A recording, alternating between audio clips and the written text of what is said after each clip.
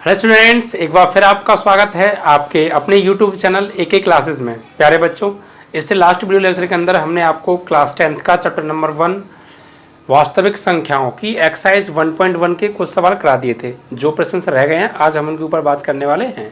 ठीक है बच्चों, आज जो मैं प्रश्न कराने वाला हूँ इस वीडियो लेक्चर के अंदर, यहाँ से एक क्वेश्चन बोर्ड एग्जाम में श्योर आने वाला है बच्चों, पक्का आएगा। ठीक है, तो ये मैं आपको बता चलूँगा कि कौन कौन सी एक्सरसाइज से कहाँ से क्वेश्चन ज़्यादा इंपॉर्टेंट हैं।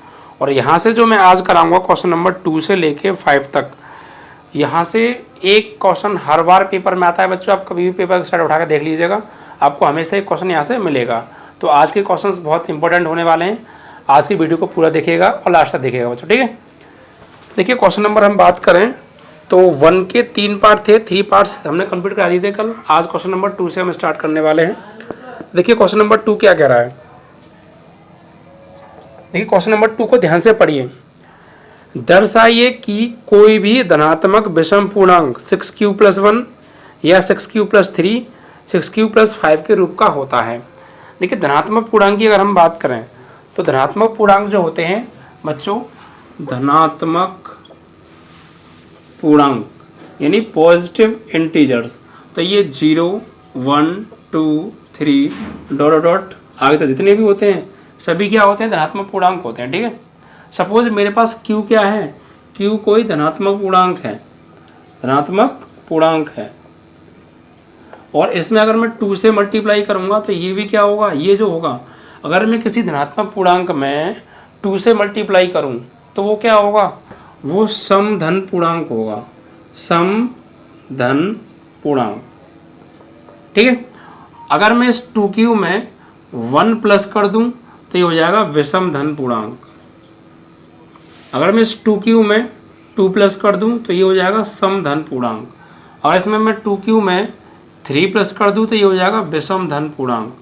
अगर 2q में 4 प्लस कर दूं तो ये हो जाएगा समधन पूर्णांक। इन बातों को ध्यान रखिएगा। मतलब अगर किसी धन पूर्णांक में अगर मैं 2 से मल्टीप्लाई करूं तो मुझे क्या मिलेगा, समधन पूर्णांक। और अगर समधन पूर्णांक में मैं सम संख्या जोड़ूंगा तो मुझे समधन पूर्णांक मिलेगा, और विषम संख्या जोड़ूंगा तो विषम धन पूर्णांक मिलेगा। ठीक है, ओके। अब देखिए बात करते हैं क्वेश्चंस के ऊपर, जो भी क्वेश्चंस हैं। ठीक है, तो बच्चों आज के क्वेश्चंस बहुत ज़्यादा इंपॉर्टेंट होने वाले हैं, इसलिए बिल्कुल भी वीडियो को छोड़ना मत, पूरा वीडियो आप देखना। ठीक है, देखिए क्वेश्चन नंबर 2 की जो हम बात कर रहे थे वो क्या था, इसमें ये कहा है कि दर्शाइए कि कोई भी धनात्मक विषम पूर्णांक 6q + 1 या 6q + 3 या 6q + 5 के रूप का होता है। यानी कोई विषम धन पूर्णांक है, वो विषम धन पूर्णांक कैसा होगा, 6q + 1 6q + 3 6q + 5 जैसा होगा, ये हमें दिखाना है। ठीक है, तो देखिए जो जिस तरीके का हमें दिखाना है सबसे पहले वो लिख लीजिए। यानी 6q + 1 और 6q + 3 6q + 5 इस रूप का हमें विषम धन पूर्णांक दिखाना है। और जहाँ बच्चों, जहाँ q क्या है, q कोई धनात्मक पूर्णांक है। ठीक है, q कोई धनात्मक पूर्णांक है। देखिए सबसे पहले बच्चों मैं आपको बता चुका हूँ कि यूक्लिड विभाजन प्रमेयिका आपने पढ़ी है, यूक्लिड विभाजन प्रमेयिका भी पढ़ी है, और यूक्लिड विभाजन एल्गोरिथम भी आपने पढ़ी है। यहाँ पर ये क्या होता है, जो अंदर लिखा होता है वो a होता है, जिससे भाग देते हैं वो b होता है, जितनी बार भाग जाता है वो q होता है, और जो फाइनली हमारा शेषफल आता है वो r होता है। और इन चारों से मिलकर ये यूक्लिड विभाजन एल्गोरिथम बनी है। ठीक है बच्चों, तो यहाँ पर मैंने एक बात आपको बताई थी कि जो हमारा r होता है वो r हमेशा या तो शेषफल हमारा 0 बचेगा। आपने अभी तक बचपन में जितने भी भाग दिए हों, आपने एक चीज़ देखी होगी, या तो शेषफल आपका 0 बचा होगा या कोई 0 से बड़ा नंबर बचा होगा। आपने अभी तक ये नहीं देखा होगा क्या शेषफल कभी माइनस में भी बचता है, नहीं, शेषफल कभी यहाँ माइनस में नहीं बचता हुआ देखा होगा। तो r जो होता है, दो कंडीशन होती हैं r की मिलने की, या तो r0 आता है शेषफल, जो शेषफल है ये r शेषफल ही तो होता है, या तो ये शेषफल 0 आएगा या 0 से बड़ा आएगा, ये छोटा आपने कभी नहीं देखा होगा। तो बच्चों जो यहाँ पर जो r की वैल्यू होती है वो बड़ी होती है किससे, 0 से, या 0 के बराबर होती है। ठीक है, और ये जो शेषफल है ये आपने देखा होगा हमेशा जिस नंबर से आप भाग दे रहे हैं उससे हमेशा छोटा आया होगा। अगर ये इससे बड़ा होता तो इसका भाग इसमें एक बार और आ जाता। ठीक है, तो फिर छोटा बन जाता है। यानी फाइनली ये हमेशा जो r होता है ये b से क्या होता है, छोटा होता है। तो यानी जो r की वैल्यू होती है वो छोटी होती है किससे, b से। और बच्चों जिससे भाग देते हैं जिसमें ये छोटा होता है इससे, यानी a बड़ा होता है b से, इट मीन्स दैट b छोटा होता है a से बच्चों, ठीक है। तो ये कंडीशन आपको ध्यान रखनी है, यहाँ पर काम आने वाली है। और धनात्मक पूर्णांक वाली जो बात अभी बात बताई थी वो आपको ध्यान रखनी है। इतना हो जाएगा ना तो आपको सारे क्वेश्चन समझ में आने वाले हैं। और क्वेश्चन नंबर 2, 3, 4, 5 101% बोर्ड एग्जाम में आएगा। ओके, इस एक्सरसाइज से एक क्वेश्चन पक्का आने वाला है और एक एक्सरसाइज और है आगे जो मैं आपको बताने वाला हूँ, ठीक है। तो बहुत ज़्यादा इंपॉर्टेंट एक्सरसाइज है ये, 2 जने मैं बता दूंगा आपको जहाँ से बोर्ड एग्जाम में क्वेश्चन बनेगा, ठीक है बच्चों। तो देखिए बच्चों, सबसे पहले क्या करेंगे हम, कोई भी धनात्मक विषम पूर्णांक 6q + 1, 6q + 3, 6q + 5 के रूप का होता है, ये हमें दिखाना है। और जहाँ q क्या है, कोई धनात्मक पूर्णांक है। तो देखिए बच्चों, हर चीज़ को ध्यान से समझिएगा, क्योंकि जितने भी सवाल मैं अब कराने वाला हूँ आज इस वीडियो लेक्चर के अंदर, सभी का प्रोसेस सेम है, बिल्कुल एक ही तरीके से होंगे। तो बात कंसेप्ट को आप समझिएगा, ठीक है। कंसेप्ट क्लियर कर लो तो मैथ क्लियर। ओके, देखिए बच्चों, सबसे पहले हमें क्या करेंगे, माना 2 धनात्मक पूर्णांक, कोई 2 धनात्मक पूर्णांक आप मान लीजिए, कोई भी मान लीजिए, सपोज a व b है, ठीक है। कोई धनात्मक पूर्णांक हमने a और b मान लिए, जहां माना b बराबर, देखिए b बराबर आपको क्या है, यहाँ प्रूफ में क्या आ रहा है, 6q, तो आप यहाँ पे b बराबर मान लीजिए बच्चों 6, जहां माना b बराबर 6। ओके, सबसे पहले क्या किया, सबसे पहले हमने कोई भी 2 धनात्मक विषम पूर्णांक मान लिए a और b, ठीक है। और जो b है, b बराबर हमने मान लिया 6, क्योंकि यहाँ प्रूफ में क्या आ रहा है, 6 आ रहा है बच्चों, ठीक है। तो आपको कहीं अलग से नहीं लेना 6 का, कैसे मान लिया, क्यों मान लिया, प्रूफ में आ रहा है 6, ठीक। ओके, तो देखिए अब यहाँ पर b बराबर हमने 6 लिया। अब a और b कोई धनात्मक पूर्णांक है, तो हम यहाँ पर लिखेंगे a को यूक्लिड विभाजन प्रमेय की सहायता से लिख सकते हैं। क्यों बच्चे, यूक्लिड विभाजन प्रमेय का ही क्यों, क्योंकि क्वेश्चन के अंदर देखिए बच्चों कहा है कि दर्शाइए कि किसी धनात्मक विषम पूर्णांक जो है इसके रूप का होता है। और जब कोई विषम धन पूर्णांक जैसे 6q + 1 है, 6q + 2 है, ये कहाँ से मिला, ये यूक्लिड विभाजन प्रमेय का से ही तो मिला हमें, इसीलिए हम यूक्लिड विभाजन प्रमेय का बच्चों यहाँ पे यूज कर रहे हैं, ठीक है। अब देखिए बच्चों, अब हम a को क्या लिखेंगे, यूक्लिड विभाजन प्रमेय की सहायता से। तो जिसको लिखते हैं वो कैसे लिखेंगे, a बराबर bq + r। भाई a को हम यूक्लिड विभाजन प्रमेय की हेल्प से क्या लिख सकते हैं, होती क्या है यूक्लिड विभाजन प्रमेय का, a बराबर bq + r। किसी भी नंबर को आप a बराबर bq + r की फॉर्म में लिखना चाहते हैं, इट मीन्स दैट ये आपने यहाँ पर यूक्लिड विभाजन प्रमेय का यूज किया है, ठीक है।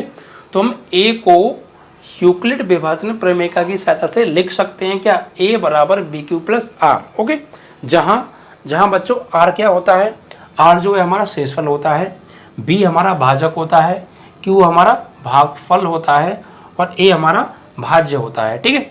यानी dividend, divisor, quotient and remainder. जहाँ बच्चों मैंने बताया था जो r की वैल्यू होती है, जो शेषफल होता है हमेशा वो या तो 0 होता है या 0 से बड़ा होता है। तो यहाँ पे आप लिखेंगे जहाँ ये चीज़ आपको लिखनी पड़ेगी, ठीक है। जहाँ r की जो वैल्यू होती है, जो r होता है वो 0 से बड़ा होता है या 0 के बराबर होता है, और जो r होता है वो b से क्या होता है, छोटा होता है, ठीक है। ये चीज़ आपको यहाँ पे लिखनी पड़ेगी। वह r व b धनात्मक पूर्णांक है, ठीक है। ये चीज़ भी आपको लिखनी पड़ेगी। r और b क्या है, कोई धनात्मक पूर्णांक है, और जो r की वैल्यू होती है वो 0 से बड़ी या बराबर और b से क्या होती है, हमेशा छोटी होती है, ठीक है। ये चीज़ मैं आपको बता चुका हूँ। अब देखिए बच्चों, b की वैल्यू क्या है, b की वैल्यू क्या है 6, तो यहाँ लगा दीजिए, it means A is equal to B की जगह क्या लग जाएगा 6q प्लस आर। तो बच्चों देखिए आर की जो वैल्यू थी वो बी से छोटी थी, बी से छोटी थी मीन्स बी से मीन्स 6 से भी छोटी होगी, क्योंकि बी की वैल्यू क्या है 6 है। तो बी से छोटी होने का मतलब हो गया बच्चों आपका 6 से छोटी होना। तो ये बताइए आर की वैल्यू 0 के बराबर हो सकती है, मतलब 0 हो सकती है, और क्या क्या हो सकती है आर की वैल्यू, और आर की वैल्यू बी से जितनी भी छोटी संख्याएं हैं वो हो सकती हैं। क्यों? बी से छोटी मतलब 6 से छोटी। तो अब ये बताइए आर की संभावित मान क्या होंगे, यानी अगर इस कंडीशन को हम देखें तो यहाँ से आर की वैल्यू क्या क्या हो सकती हैं। देखिए आर जो है 0 के बराबर हो सकता है, तो आर की वैल्यू क्या हो सकती है 0 हो सकती है। आर जो है 6 से छोटा हो सकता है, तो 6 से जितनी भी छोटी वैल्यू होंगी वो सब आर की हो सकती हैं। जैसे आर की जगह 1 भी ले सकते हैं हम, क्योंकि 6 से छोटी है। आर की जगह 2 भी ले सकते हैं, 3 भी ले सकते हैं, 4 भी ले सकते हैं, 5 भी ले सकते हैं, यहाँ तक बच्चों हम ले सकते हैं। क्यों? क्योंकि आर का जो मान है ना वो 6 से छोटा लेना है। तो 6 से छोटा क्या क्या है, 0 भी है, 1 भी है, 2 भी है, 3 भी है, 4 भी है, 5 भी है। यानी जो जो वैल्यू हम ले सकते हैं वो सब वैल्यू ले लो, बट कैसे, 6 से छोटी वैल्यू लेनी है। तो 6 से छोटी संभावित मान कौन कौन से हो सकते हैं, 0 से लेकर 5 तक हो सकते हैं। 5 से ऊपर हम जाएंगे नहीं, क्योंकि 6 हो जाएगा और आर का मान 6 से यहाँ पर क्या है छोटा है। ठीक है, तो 6 से छोटी जो भी वैल्यू थी वो हमने सब ले ली। ठीक है, तो देखिए बच्चों अगर मैं आर की जगह 0 लगाऊंगा, आर की जगह मान लीजिए 0 ले लिया, तो 0 लगाऊंगा तो ए की वैल्यू क्या हो जाएगी बी क्यू प्लस 0। अगर मान लो आर की वैल्यू मैंने 1 ले ली तो ए की वैल्यू क्या हो जाएगी बी क्यू प्लस 1। अगर मैंने आर की वैल्यू 3 ले ली तो यहाँ 3 लगा दूंगा, तो ए की वैल्यू क्या हो जाएगी बी क्यू प्लस 3। अगर आर की वैल्यू मैंने 4 ले ली तो यहाँ 4 लगा दूंगा, ए की वैल्यू क्या हो जाएगी बी क्यू प्लस 4। अगर 5 ली तो यहाँ 5 लगाऊंगा, ए की वैल्यू क्या हो जाएगी बी क्यू प्लस 5। यानी ए की कई वैल्यूज हो जाएंगी। तो क्या क्या वैल्यू ए की हो सकती हैं वो सारी वैल्यूज आप लिख लीजिए। ठीक है, तो यहाँ पर हम लिखेंगे, यहाँ पर हम क्या लिखेंगे बच्चों, ए के संभावित मान, ए के संभावित मान, यानी ए के क्या क्या मान हो सकते हैं। देखिए अगर मैं आर की जगह 0 लूँगा तो क्या मान हो जाएगा ए का आपका मान हो जाएगा बी क्यू प्लस 0 हो जाएगा, नहीं हो जाएगा, कॉमा। अगर मैं आर की जगह मान लीजिए 1 ले लूँ, भाई आर के मान क्या क्या हो सकते थे, 0 हो सकता था, 1 हो सकता था, 2 हो सकता था, 3 हो सकता था, 4 भी हो सकता था, 5 भी हो सकता था, यहाँ तक हो सकते थे। तो आर की वैल्यू अगर मैं 0 लूँगा तो क्या हो जाएगी ए की वैल्यू बी क्यू प्लस 0। अगर मैं आर की जगह 1 ले लूँ, क्या ले लूँ यहाँ से 1, तो क्या हो जाएगा 6q प्लस 1। अगर मैं आर की वैल्यू 2 ले लूँ तो 6q प्लस 2 हो सकती है। अगर मैं आर की वैल्यू 3 ले लूँ तो 6q प्लस 3 भी हो सकता है ए का मान। आर की वैल्यू 4 ले लूँ तो 6q प्लस 4 भी ए का मान हो सकता है। और अगर मैं आर की जगह 5 ले लूँ तो 6q प्लस 5, यानी ये मान ए के हो सकते हैं। बट बच्चों हमसे क्या पूछा था, ये जो धनात्मक पूर्णांक है ना वो विषम संख्या के रूप जैसा बताना था। किताब में क्या पूछा था हमसे, किताब में हमसे कहा था कि दर्शाइए कि कोई भी धनात्मक विषम पूर्णांक 6q प्लस 1, यानी विषम पूर्णांक, विषम लेना है हमें। तो अब आपको ये चेक करना है कि इसमें से कौन कौन से विषम होंगे। ठीक है, विषम विषम संख्या देखनी है, सिर्फ कौन कौन सी देखनी है, विषम। देखिए 6q ये क्या होगा, ये एक सम होगा, सम संख्या है। क्यों? क्योंकि देखिए 6q यानी ये a बराबर बी क्यू प्लस 0 नहीं, ये 6 का आएगा यहाँ पे। ठीक है, क्या आएगा यहाँ पे 6q प्लस 0। ठीक, तो a बराबर ये 6q है, q क्या है, कोई धनात्मक पूर्णांक, और इसमें 6 से गुणा हो रहा है तो ये सम होगी। और इस 6q में देखिए यहाँ पर 2 जुड़ रहा है, 6q एक सम संख्या है और उसमें सम संख्या जुड़ रही है, तो ये भी क्या हो गया, सम हो गया। यहाँ पर देखिए 6q एक सम संख्या है, उसमें 4 जुड़ रहा है, तो ये भी क्या हो गया, सम हो गया। बट हमें चाहिए क्या, हमें चाहिए विषम। तो अगर ये और ये सम है तो बाकी बचे हुए क्या होंगे, विषम ही होंगे। क्योंकि देखिए ये एक समधन पूर्णांक है और इसमें 1 जोड़ेंगे तो ये क्या मिलेगा, एक विषम धन पूर्णांक। ये भी क्या है, विषम धन पूर्णांक, और ये भी क्या है, विषम धन पूर्णांक। तो सिर्फ हमसे विषम पूछे थे बच्चों, तो इनको विषम विषम वालों को ले लेंगे। अगर सम पूछता तो सम वाले ले लेते। यहाँ पर लिखेंगे अतः धनात्मक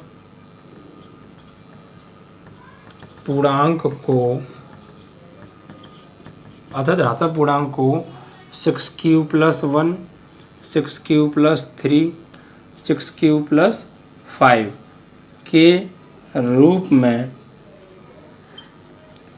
लिखा जा सकता है। ठीक है, तो बस आपको ये देखना है। तो इसमें सम और विषम दोनों रहे हैं, लेकिन सिर्फ हमसे पूछा गया था, हमसे ये पूछा क्या विषम के रूप में लिखा जा सकता है, तो ऑफकोर्स लिखा जा सकता है क्योंकि विषम आ रही हैं।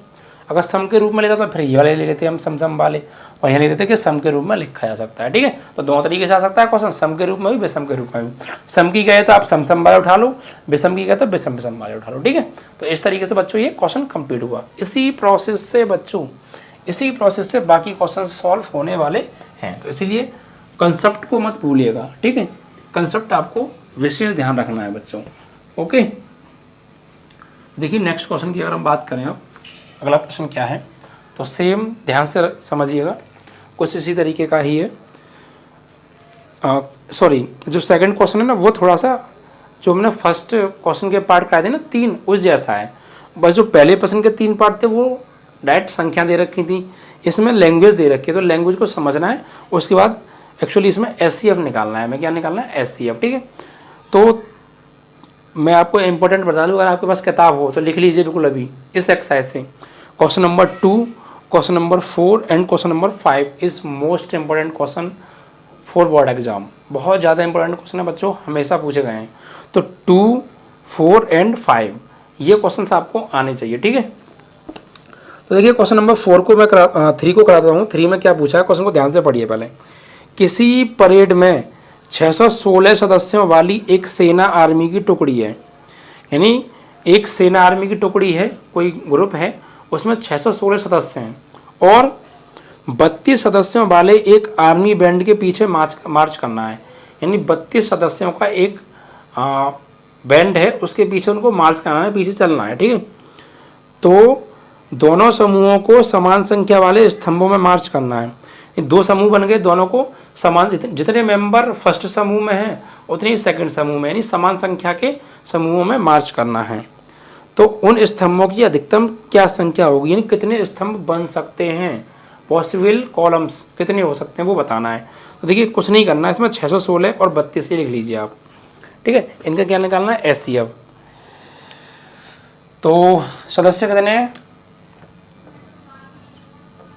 सदस्य क्वेश्चन नंबर है आपका 3, सदस्य हैं बच्चों 616 व 32 अलग के हैं। तो इनका क्या निकालना है, स्तंभों की संख्या अधिकतम। तो इनका आप ना SCF निकाल दीजिए। तो SCF निकालने का कंसेप्ट क्या है, वही सबसे पहले 616 और यहाँ पर 32, तो भाग दीजिए। 32 का भाग 61 में देंगे तो एक ही बार जाएगा, 32 एकम 32, यहाँ से 2 11 से 2 गया 9, यहाँ 5 5 से 3 गया 2, और उतार लीजिए 6। अब 32 का भाग इसमें दीजिए, तो ये आपका चला जाएगा 6 3 18 6 24, 8 बार, लगभग 8 बार चला जाएगा। ठीक है, 8 बार, तो 8 दूनी 16, 8 3 24 और 1 25, इतना आ गया। और भाग देने से और चला जाएगा क्या, 80। अभी एक बार चला जाएगा 9 बार, 9 बार चला जाएगा ना। चलिए 9 बार देखते हैं, तो 9 से देंगे तो 9 दूनी 18, 9 3 27 और 1 28, इतना चला गया। ठीक है, तो 32 का 9 में गुणा किया 288 आ गया। तो अब घटाएंगे, 16 से 8 गया 8, यहाँ बचा 8 8 से 8 गया 0, इससे गया 0।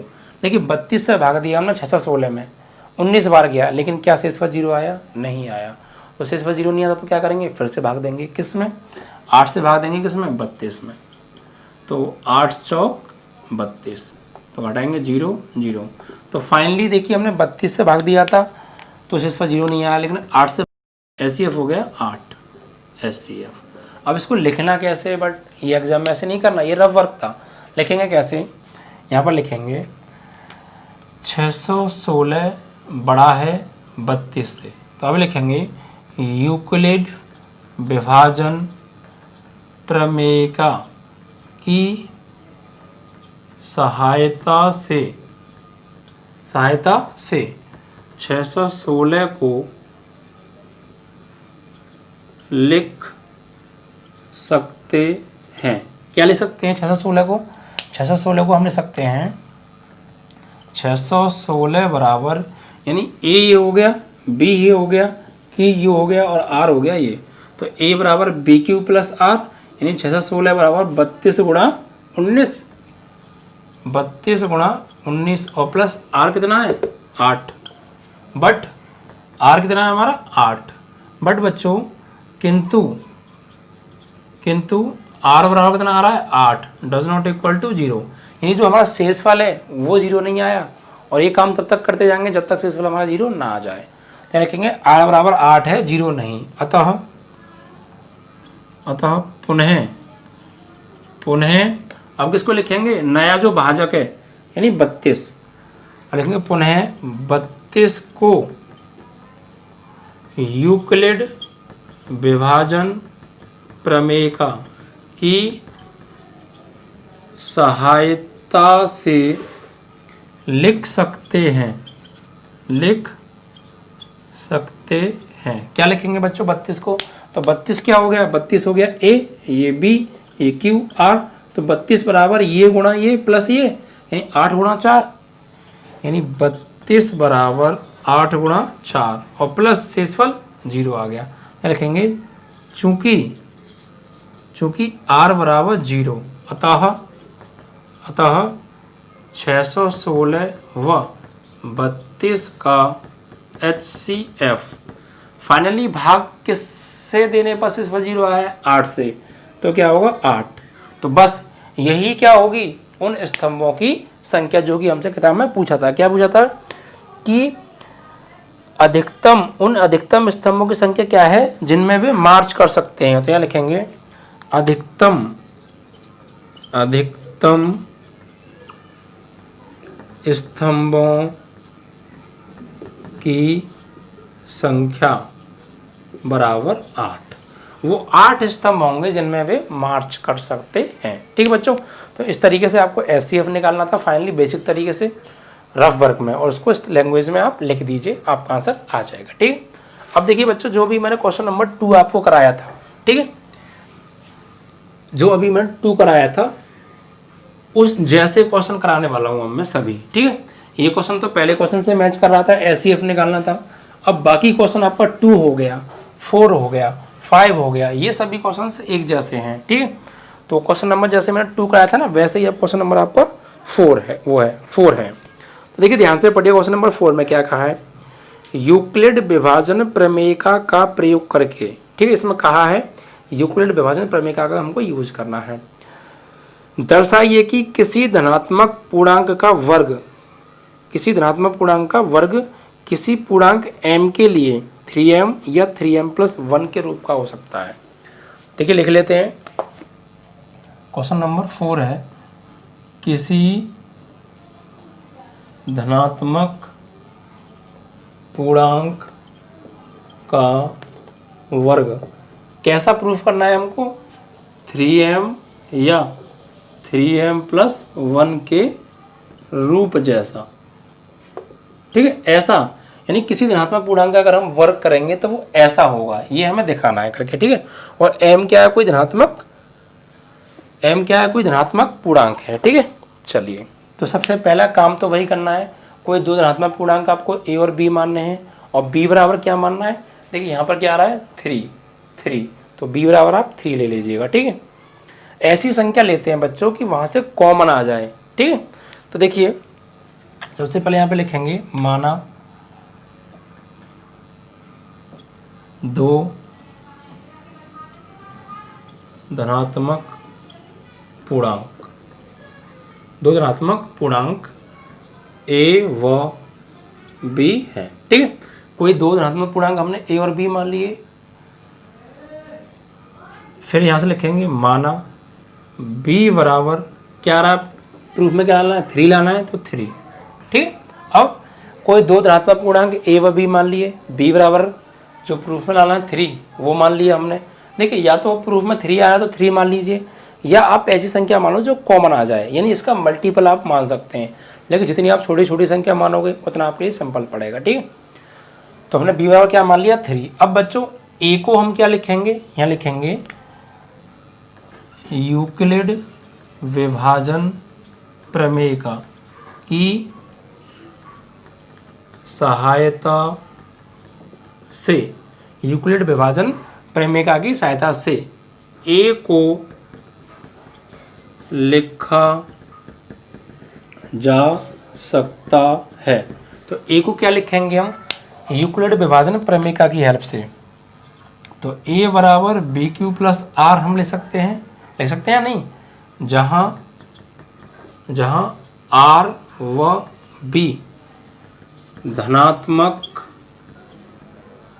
पूर्णांक है। ठीक है, जहाँ आर बराबर क्या है, आर व बी क्या है, कोई धनात्मक पूर्णांक है। अब बच्चे हमने बी का मान के लिया था 3, तो क्या यहाँ पे लगा सकते हैं, यानी ए बराबर 3 बी की जगह पर और क्यू प्लस आर। अब देखिए हमने क्या लिखा था यहाँ पे, एक चीज़ और थी कि जो आर का मान होता है, जहाँ आर जो होता है वो ग्रेटर देन 0 इक्वल होता है, यानी जो आर की वैल्यू होती है वो 0 से बड़ी या बराबर होती है, और जो आर होता है वो बी से छोटा होता है। बी से छोटा मतलब 3 से छोटा। तो बच्चों यहाँ से आर के क्या क्या मान हो सकते हैं, वही संभावित मान देखने हैं।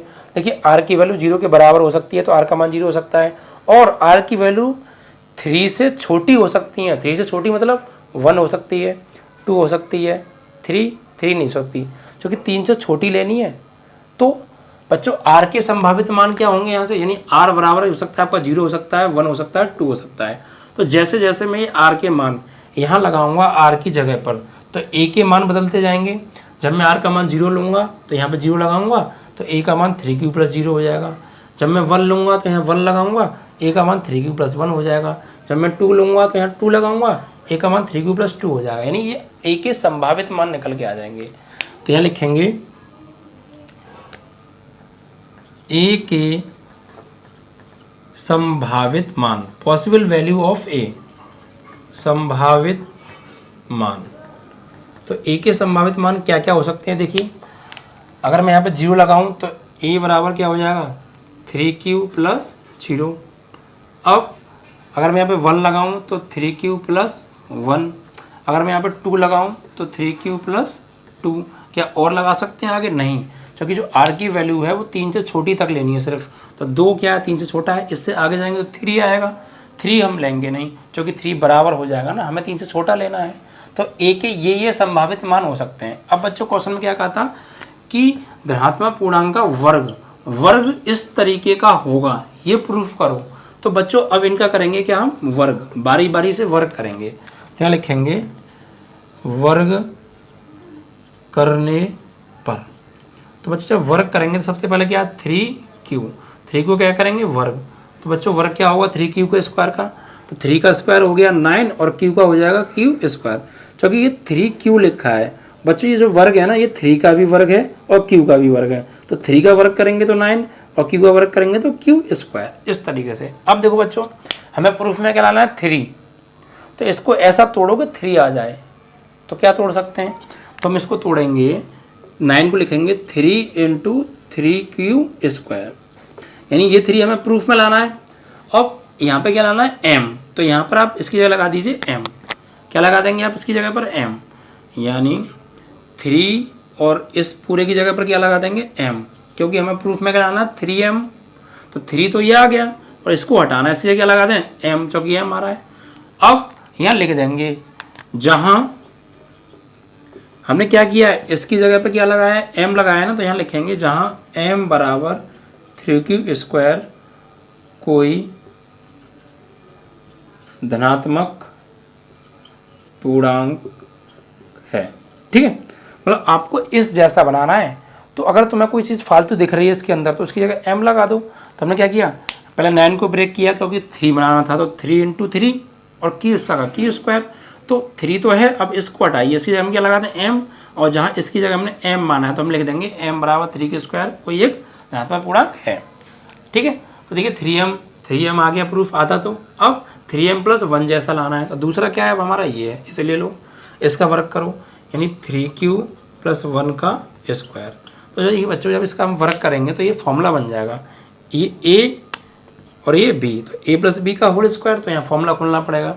अब बच्चों a + b का होल स्क्वायर क्या होता है, ये आप जानते होंगे कि a + b का जो होल स्क्वायर होता है वो a² + b² + 2ab, ये तो होता है। ठीक है, तो इसको ओपन कीजिए आप, तो ये पूरा ए हो गया, ये पूरा बी हो गया। तो ए का स्क्वायर यानी 3q का स्क्वायर, तो ए का स्क्वायर यानी 3q का स्क्वायर प्लस बी का स्क्वायर यानी 1 का स्क्वायर और प्लस 2a, ए की जगह क्या था 3q और इंटू बी, बी की जगह क्या था 1। भाई ये ए है ये बी है, तो ए का स्क्वायर प्लस बी का स्क्वायर प्लस 2ab। अब इसको सॉल्व करें बच्चों, तो सॉल्व करेंगे तो क्या आएगा 3q का स्क्वायर क्या हो जाएगा 9q स्क्वायर, भाई 3 का स्क्वायर 9 और q का स्क्वायर q स्क्वायर और प्लस 1 का स्क्वायर 1 और ये 2 3 जा 6q। अब देखिए बच्चों, देखिए इसको और इसको तो आप पास पास लिख लीजिए और इस 1 को साइड में ले लीजिए। तो यहाँ से देखिए इन दोनों में से कुछ कॉमन आ रहा है क्या, सिर्फ 9q स्क्वायर और 6q में से। देखिए यहाँ से 3 कॉमन आ जाएगा यहाँ से, और यहाँ से क्या कॉमन आ जाएगा 3, तो 3 कॉमन ले लें। कॉमन लेना मतलब क्या होता है बच्चों, भाग देना। मतलब कोई संख्या कॉमन ले रहे हैं, इट मीन्स दैट उस संख्या से हम भाग दे रहे हैं। तो 3 हमने कॉमन लिया, मतलब 3 से भाग देंगे, 3 तिया 9 और q स्क्वायर और यहाँ 3 दूनी 6 और q बचा।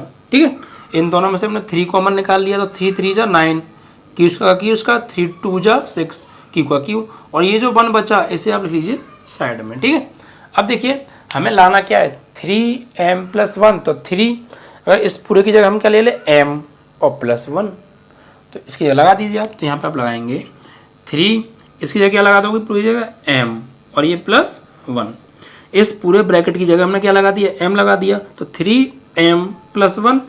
अब हमने इसको पूरे को m माना है तो लिखेंगे भी तो क्या लिखेंगे, जहाँ m बराबर, इसकी जगह क्या माना है हमने m माना है, तो m बराबर 3q स्क्वायर प्लस 2q धनात्मक पूर्णांक है। ठीक है, इस तरीके से जिसको आपने हटाया है यानी जिसकी जगह आपने m माना है वो आप यहाँ लिखोगे भी तो। ठीक है, तो वो आपको लिखना है। अब नेक्स्ट क्या रह गया हमारा तीसरा वाला पार्ट, इसका भी हमें क्या करना है वर्क करना है। तो कोई दिक्कत नहीं है, यहाँ पर ले लीजिए 3q + 2, इसका क्या करना है वर्ग। तो ये भी देखो फॉर्मूला बन गया, ये a हो गया ये b हो गया, तो a + b का स्क्वायर यानी इसका स्क्वायर। ठीक है, फिर प्लस इसका स्क्वायर और प्लस 2a, a की जगह क्या है 3q और b की जगह क्या है 2। सॉल्व करेंगे इसको तो बच्चों क्या आएगा देखो, 3q का स्क्वायर हो गया आपका 9q स्क्वायर, 3q का स्क्वायर हो गया 9q स्क्वायर, 2 का स्क्वायर 4 और ये 2 3 जा 6 और 6 2 जा 12q। ठीक है, अब देखिए बच्चों यहाँ से मैं इसको हटा देता हूँ। अब देखिए इसको सॉल्व कैसे करेंगे, तो यहाँ पर देखिए 9q स्क्वायर है, ये 4 है और ये 12q है। देखिए मुझे एक्चुअली लाना क्या है 3m + 1 या 3m जैसा लाना है। तो देखिए यहाँ से 3 कॉमन आ जाएगा, यहाँ से 3 कॉमन आ जाएगा, बट यहाँ से 3 कॉमन नहीं आएगा और प्रूफ में 4 तो आ नहीं रहा है, क्या आ रहा है 1 आ रहा है। तो मैं इस 4 को कैसे लिखूँ कि 1 आ जाए, तो मैं इस 4 को लिख सकता हूँ 3 + 1। तो ठीक है ऐसे लिखूँगा, ऊपर यहाँ पर आ जाइए। तो देखिए यहाँ पर ये 9q स्क्वायर है, एक तो आपका क्या है 9q स्क्वायर। ठीक है, और प्लस इस 12q को ना पहले लिख लो 12q और प्लस इस 4 को क्या लिखूँगा मैं, इस 4 को लिखूँगा 3 + 1 लिख सकता हूँ ना, क्योंकि 3 + 1 4 ही तो होता है। अब देखिए आप इन शुरू के 3 वैल्यू से कॉमन ले लीजिए 3, तो यहाँ से 3 कॉमन आ जाएगा, यहाँ से 3 कॉमन आ जाएगा, 3 यहाँ से भी कॉमन आ जाएगा। 3 कॉमन मीन्स 3 से डिवाइड करना, तो 3 हमने ले लिया कॉमन, तो यहाँ क्या बचा 3 3 जा 9q स्क्वायर, 3 4 जा 12q और 3 1 जा 3 और ये +1 तो है। अब देखो 3 और इसकी जगह क्या मान लें हम m और ये +1, तो जैसा हो जाएगा या नहीं हो जाएगा, तो इसे लिखो 3m + 1। अब जब तुमने यहाँ m लगाया इसकी जगह तो इसे लिखोगे भी तो, लिखोगे जहाँ m बराबर 3q square + 4q + 1, 3q square + 4q + 1 धनात्मक पूर्णांक है। ठीक है, इस तरीके से। तो अब देखिए ये 3 वैल्यू थी हमारे पास, एक क्या निकल के आई थी यहाँ पर भी मैं हटा दिया है, यहाँ पर जो निकल के आई थी अभी वो क्या थी 3q + 1 3q + 2 इस टाइप से निकल के आई थी, तो हमने उसका वर्क किया। पहले 3q का वर्क किया, फिर 3q प्लस 1 का किया, फिर 3q प्लस 2 का किया, और तीनों को हमने कैसे लिखा, देखो इसको 3m के रूप में लिखा, इसको 3m प्लस 1 के रूप में लिखा, और इसको भी हमने 3m प्लस 1 के रूप में लिखा। ठीक है, तो मतलब उनको भी, यानी किसी धनात्मक पूर्णांक के वर्ग को हम 3m या 3m प्लस 1 के रूप में लिख सकते हैं। क्यों? क्योंकि हमने दिखा दिया, देखो करके अभी इसका वर्ग किया, ये कुछ धनात्मक पूर्णांक था, इसका वर्ग किया, ऐसा बना दिया, ये कुछ धनात्मक पूर्णांक था, इसका वर्ग किया, ऐसा बना दिया, ये कुछ धनात्मक पूर्णांक था, इसका वर्ग किया, ऐसा बना दिया, ये तीनों उस फॉर्म में आ गए। क्या लिखेंगे? अतः किसी धनात्मक पूर्णांक के वर्ग को 3m या 3m प्लस 1 के रूप में लिखा जा सकता है। ठीक है, इस तरीके से आपका ये क्वेश्चन कंप्लीट हुआ। कुछ नहीं करना, सबसे पहले a बराबर a और b को धनात्मक पूर्णांक मान लो, b बराबर वही संख्या मान लो जो आपको प्रूफ में लानी है, या उसका कोई मल्टीपल मान लो, फैक्टर मान लो। ठीक है, और फिर वर्क कह रहा था वर्क कर दो, और उसको जिस कंडीशन में चेंज करा रहा है उस जैसा बना लो, बस लिख दो कि लिखा जा सकता है आंसर। ठीक है, अब अगला जो प्रश्न है, जो इससे नेक्स्ट प्रश्न है, वो भी सेम बच्चों बिल्कुल ऐसा ही है। ठीक है, बिल्कुल ऐसा ही है वो। ठीक है, देखिए उसको ध्यान से पढ़िएगा, और ये क्वेश्चन बोर्ड एग्जाम में हर बार पूछे जाते हैं बच्चों, हर बार। तो बस आप इनकी थोड़ी सी प्रैक्टिस कर लीजिए, और कॉन्सेप्ट सभी का एक जैसा है। ठीक है, तो आपको कोई भी दिक्कत नहीं आएगी किसी भी प्रश्न के अंदर। ठीक है, और इस जैसे एग्जाम्पल हो तो बच्चों एग्जाम्पल भी आप जरूर कीजिएगा, क्योंकि एग्जाम्पल भी कभी कभी बोर्ड एग्जाम में पूछ लिए जाते हैं। अब देखिए बच्चों 4 हो गया। अब देखिए क्वेश्चन नंबर 5 की बात करते हैं, जो कि इस एक्सरसाइज का लास्ट क्वेश्चन है। ठीक है, इसमें कहा है यूक्लिड विभाजन प्रमेयिका का प्रयोग करके दर्शाइए कि किसी धनात्मक पूर्णांक के घन को, देखिए पिछले क्वेश्चन में क्या था, वर्ग कहा था, तो हमने यहाँ वर्ग किया था, इसमें घन बोल रहा है, घन मीन्स बच्चों क्यूब। ठीक है, तो किसी धनात्मक पूर्णांक का घन 9m या 9m प्लस 1 या 9m प्लस 8 के रूप का लिखा जा सकता है। इसमें इस तरीके से लिखना है। देखिए कोई दिक्कत नहीं है बच्चों, ध्यान से समझिए, सेम होंगे बच्चों क्वेश्चन, तरीका सेम है, बस तरीके को आप। अब इसका देखिए बच्चों आता है आपका क्वेश्चन नंबर 5, सेम जो मैंने पीछे वाला क्वेश्चन कराया ना, सेम ऐसा ही है, बस उसमें वर्ग कहा था, इसमें घन कहा है, तरीका यही है बिल्कुल। ठीक है, देखिए क्वेश्चन नंबर 5 को पढ़ते हैं। देखिए इसमें कहा है यूक्लिड विभाजन प्रमेयिका का प्रयोग करके दर्शाइए कि किसी धनात्मक पूर्णांक का घन 9m, 9m प्लस 1 या 9m प्लस 8 के रूप का होता है। ठीक है, तो जो भी आपको जिस रूप का लिखना है पहले आपको लिख लीजिए। ठीक है, यानी हमको लिखना है, हमें दिखाना है 9m, 9m plus 1, 9m plus 8 के रूप का जैसा। ठीक है, और जहाँ m क्या है, कोई धनात्मक पूर्णांक है। और देखिए बच्चों ये चीज़ घन करना है, हमें क्या करना है, घन। अगर वर्ग करना होता तो वर्ग करते। तो सबसे पहला काम वही है जो हम हर क्वेश्चन में करते आ रहे हैं, कोई दो धनात्मक पूर्णांक a व b मान लीजिए। ठीक है, तो क्वेश्चन नंबर आपका 5 का है, यहाँ पर लिखेंगे माना दो धनात्मक पूर्णांक a व b है। ठीक है, और क्या मानेंगे यहाँ पे, माना b बराबर, अब देखिए हमें अभी तक प्रूफ में जो आ रहा था हम वो मानते थे, आप यहाँ भी मान लीजिए, कोई दिक्कत नहीं है। बट मैंने क्या कहा था बच्चों, अगर आप जो प्रूफ में आ रहा है वो मान लो तब भी कोई दिक्कत नहीं है, या फिर इसका फैक्टर कोई नंबर मान लो तब भी कोई दिक्कत नहीं है। मतलब कुल मिला के हमें ऐसी संख्या माननी है कि उसका घन करने पर ये जो 9 है ना, 9 कॉमन आ जाए। जैसे हम यहाँ पे कॉमन लेते थे ना, तो 9 कॉमन आ जाए। अब 9 लेंगे तो 9 का घन करोगे, 9 9 81 9 729, बड़ी संख्या हो जाएगी। अगर आप इसका फैक्टर ले लो यानी 3 ले लो, और 3 का अगर मान लो हम घन करेंगे तो इतना आ जाएगा 27, कहाँ 729, कहाँ 27, तो 27 छोटा हो गया ना, और 27 से 9 भी कॉमन आ जाएगा, तो क्यों ना 3 ले, ऐसी संख्या लो जिसका घन करने पर 9 कॉमन आ जाए। ठीक है, तो यहाँ पर क्या लेंगे हम, 3 ले लेते हैं, तो माना b बराबर 3। ठीक है, अब a को यूक्लिड विभाजन प्रमेयिका की सहायता से लिख सकते है। क्या लिख सकते हैं बच्चों, ए बराबर बी क्यू प्लस आर।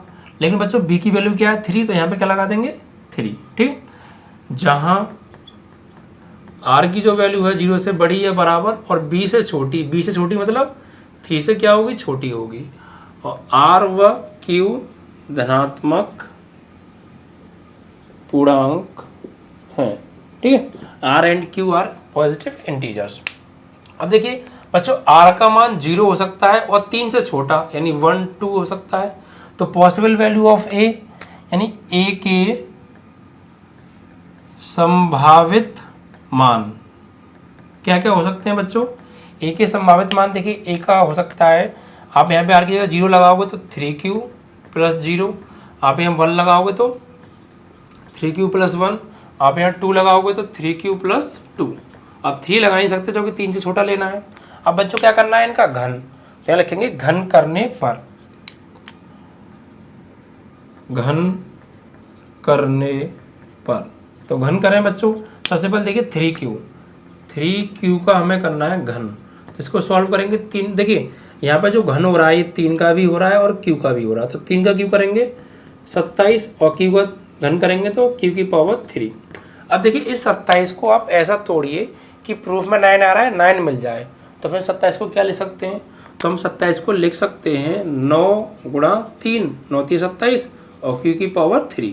अब इसको ना, इसको आप मान लीजिए कुछ, यानी क्या मानेंगे m, तो 9m और यहाँ लिख देंगे जहाँ m बराबर 3q की पावर 3 धनात्मक पूर्णांक है, धनात्मक पूर्णांक है, ठीक है, इस तरीके से। अब उसके बाद ले लीजिए दूसरे वाले पार्ट को, इसका भी घन करना है यानी 3q प्लस 1 इसकी पावर 3। तो देखिए a ये तो हो गया आपका a ही हो गया b, a प्लस b का होल क्यूब, फॉर्मूला खुलेगा यहाँ से। तो फॉर्मूला खोलो, तो फॉर्मूला क्या होता है देखो लिख लेता हूँ साइड में, a प्लस b का होल क्यूब, तो a का क्यूब प्लस b का क्यूब प्लस 3ab और ब्रैकेट में क्या है a प्लस b। तो बस आपको a और b पहचाननी है, a क्या है इसमें 3q, b क्या है 1। तो जहाँ a बोलूँ तो वहाँ 3q लगाना है, b बोलूँ तो 1 लगाना है। तो a का क्यूब मतलब 3 का क्यूब, b का क्यूब यानी 1 का क्यूब और प्लस 3a की जगह 3q और b की जगह 1 और ब्रैकेट में a प्लस b यानी 3q प्लस 1। अब इसे सॉल्व कर लो, तो देखो 3 की पावर q कितना हो जाएगा 27 और q की पावर 3 मतलब q की पावर 3। फिर यहाँ पे 1 का क्यूब 1 होता है प्लस 3 3 जा 9q और ब्रैकेट में 3q प्लस 1। अब देखो इसको आगे सॉल्व कीजिए, तो यहाँ पर देखो ये 27 का क्यू तो है 27 इंटू क्यू की पावर 3 और प्लस 1 और प्लस 9 का मल्टीप्लाई अंदर करेंगे तो 9 3 जा 27 और क्यू की पावर कितनी हो गई स्क्वायर, क्योंकि 9 3 जा 27 और क्यू का क्यू में करेंगे तो क्यू स्क्वायर और 9 क्यू का 1 में करेंगे तो 9q। अब देखो कहाँ से 9 कॉमन आ रहा है वो आप ले लीजिए, क्योंकि प्रूफ में 9 कॉमन लाना है। तो यहाँ से 9 कॉमन आ जाएगा, यहाँ से आ जाएगा, यहाँ से आ जाएगा। तो 9 आ गया यहाँ से कॉमन मीन्स डिवाइड करना, तो कितना बचेगा 9 3 27 और यहाँ q की पावर 3 प्लस यहाँ से 9 3 27 और q स्क्वायर और प्लस यहाँ से 9 गया तो क्या बचा q और ये प्लस 1 इसको लिख लो आप साइड में। अब देखो प्रूफ में क्या आना है 9m प्लस 1, ठीक है। तो 9 इसकी जगह m मान लें और ये प्लस 1 यानी 9m प्लस 1, जहाँ लिख देंगे m बराबर 3q की power q plus 3q square plus q धनात्मक पूर्णांक है, ठीक है, इस तरीके से। अब लास्ट वाला और रह गया सिर्फ 3q प्लस 2, इसका भी घन करेंगे तो 3q प्लस 2 की पावर 3। तो फॉर्मूला ओपन कीजिए, क्या होगा a का क्यूब प्लस b का क्यूब प्लस 3ab, ठीक है। a की जगह क्या है 3q और b की जगह क्या है 2, तो a का क्यूब प्लस b का क्यूब प्लस 3ab और ब्रैकेट में 3ab और ब्रैकेट में क्या है 3q प्लस 2। आप इसको सॉल्व कीजिए, आप देखिए 3 की पावर q क्या होगा 27 और q की पावर 3 प्लस 2 की पावर 3 इतना होता है 8 और प्लस 3 3 जा 9, 3 3 जा 9 और 9 2 जा 18 क्यू, ठीक है। और ब्रैकेट में क्या बचा, 3q प्लस 2 है ये, 3q प्लस 2, ओके। अब देखिए क्या करना है, अब इस 18q का अंदर क्या करना है, हमें मल्टीप्लाई करना है, ठीक है। देखिए यहाँ पर 27q तो है, q की पावर 3, ये हमारा हो गया 8 और प्लस 18 का करेंगे 3 में तो 18 दिया 54 और q का q में करेंगे तो q स्क्वायर और 18 q का 2 में करेंगे तो 36 q हो गया। अब देखो कहाँ कहाँ से 9 कॉमन आ रहा है, तो यहाँ से 9 कॉमन आ जाएगा, यहाँ से आ जाएगा, यहाँ से आ जाएगा, तो 9 कॉमन ले लो तो क्या बचेगा, 9 तिया 27 q की पावर 3 प्लस यहाँ से 9 छक्के 54 q स्क्वायर और यहाँ 9 चौक 36 q। अब जो बचा 8, क्योंकि 8 प्रूफ में आ रहा है तो 8 को ले लो साइड में।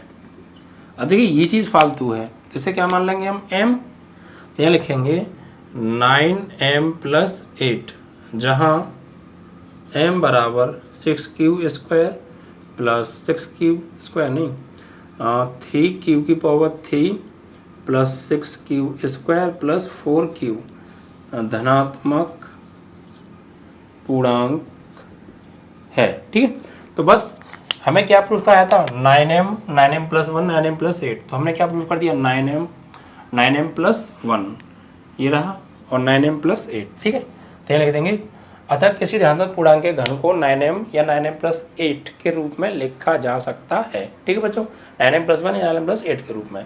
तो ये जो क्वेश्चन आज मैंने कराए यहाँ से पक्का एक बोर्ड एग्जाम में आने वाला है क्वेश्चन, ठीक है। तो इस वीडियो को पूरा देखिएगा लास्ट तक, ठीक है बच्चों।